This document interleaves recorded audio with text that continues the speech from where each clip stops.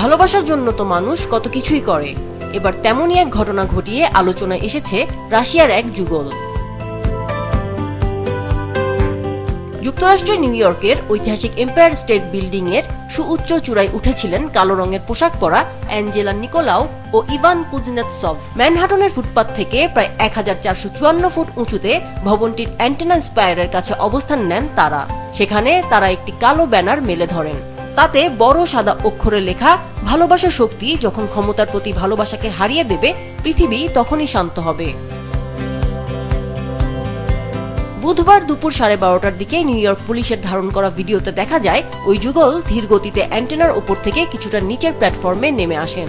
সেখানে ইভানকে হাঁটু গেড়ে বসতে দেখা যায়, যা দেখে মনে হচ্ছিল তিনি নিকোলাওকে বিয়ের প্রস্তাব দিচ্ছেন।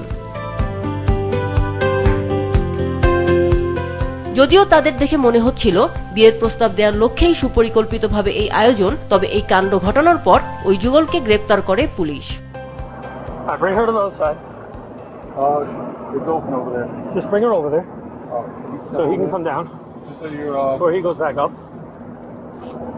What language do you guys speak? Russian. All right. New York পুলিশের এক মুখপাত্র জানিয়েছেন, তাদের বিরুদ্ধে চুরি, বেপরোয়া আচরণ ও অবৈধভাবে প্রবেশের মতো বেশ কয়েকটি অভিযোগ আনা হয়েছে। তবে তারা কিভাবে কড়া নিরাপত্তা এড়িয়ে ওই অ্যান্টেনা পর্যন্ত পৌঁছালেন তা এখনো স্পষ্ট নয়।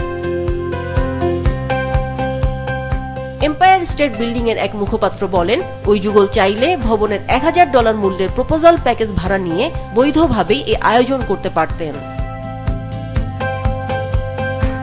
2024 সালে নেটফ্লিক্সে মুক্তি পাওয়া প্রামাণ্যচিত্র স্কাই ওয়াকার্স আ লাভ স্টোরিতে উপস্থিত ছিলেন এই যুগল। প্রামাণ্যচিত্রে শহরের উঁচু ভবনে ওঠার ঝুঁকিপূর্ণ খেলা রুফটপিং এর প্রতি তাদের আগ্রহ প্রকাশ পেয়েছিল।